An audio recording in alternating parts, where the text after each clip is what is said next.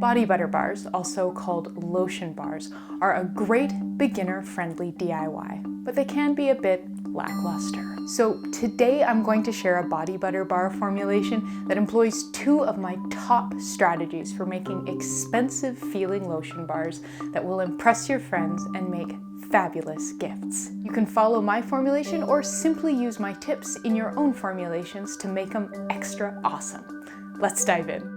Our first ingredient gives this formulation most of its structure, its scent, and its delightful velvety glide. This is one of my all-time favorite ingredients. You'll need 63 grams of unrefined cocoa butter.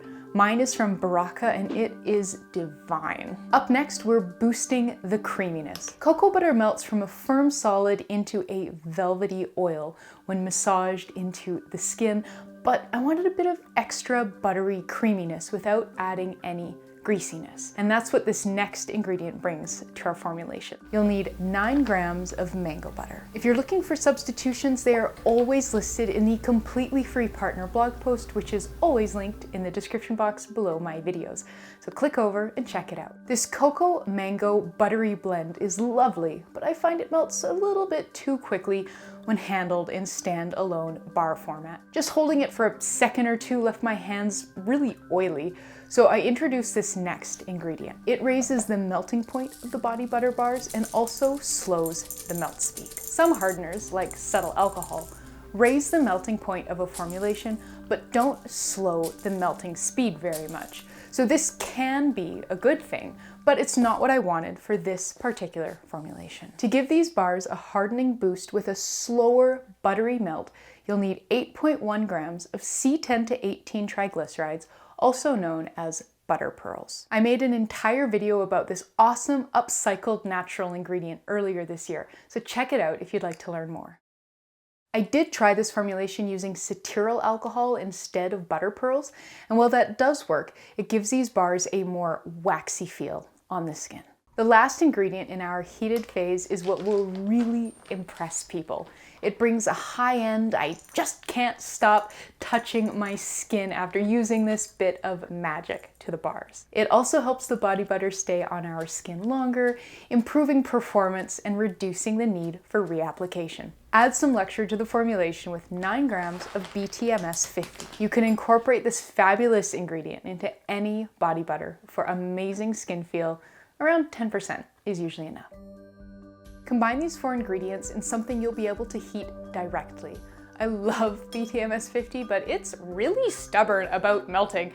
And with just 3 short weeks until Christmas, we don't have time to wait for it to melt in a water bath. I'm using a borosilicate beaker that I can put directly on a lab hot plate, but other options include using a small saucepan on your stovetop or using a heat-resistant glass measuring cup heated in the oven on a cookie sheet at about 200 degrees Fahrenheit, or using short bursts in the microwave. If you can, future you will really appreciate glass over metal or plastic for this. It'll make the cooling process a lot easier. Gently heat the mixture until you have a fragrant golden fluid.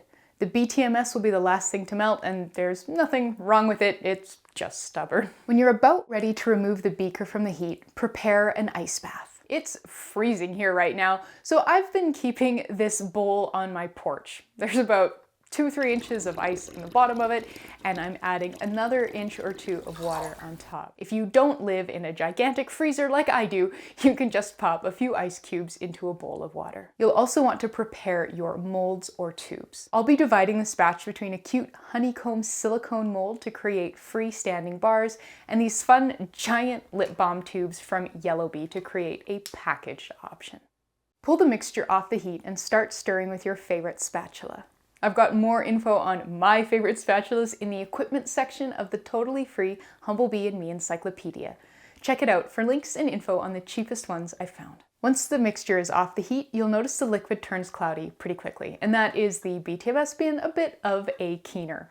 How quickly this will happen will really depend on your batch size, with bigger batch sizes cooling slower than smaller ones. Stir, stir, stir, scraping down the sides of your beaker frequently to keep the mixture uniform. You'll probably think that the mixture is going to cool off really fast because of that quick onset cloudiness, but we actually have a surprising amount of working time after the BTMS calms down. Weigh in our last ingredient, 0.9 grams of vitamin E to help delay rancidity and add some antioxidant skin care benefits to the bar. Now it's time to cool the bars to trace and pour them.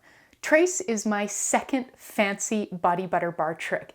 It allows us to work with a wider variety of buttery blends without needing waxes or experiencing graininess. Pop your beaker into the ice bath and stir constantly. I like to move the beaker in and out of the ice bath so nothing happens too quickly. Stir and cool until the mixture has the consistency of runny honey. It should be pourable, but leave a trace on the surface when you drizzle a bit back on itself. Dry off the outside of the beaker and pour the bars, tapping the mold or tubes on the countertop to settle the mixture and knock out any air bubbles. Transfer the bars to your Arctic vortex porch or your freezer if you don't have convenient access to an Arctic vortex, and let the bars set up. Once the bars have solidified, bring them inside and unmold them if necessary. Let the bars come to room temperature, and that is it. If you've opted for the naked route, I recommend storing and gifting the bars in some sort of appropriately sized tin or jar. Body butter bars will pick up a lot of lint and hair if left out in the open, and that gets pretty gross pretty quickly. If you're looking for even more tips for making expensive feeling body butters, click here. Tip number 2 is both easy and super effective in body butter bars, whipped body butters, all kinds of body butters. Thank you so much for watching. Please subscribe and happy making.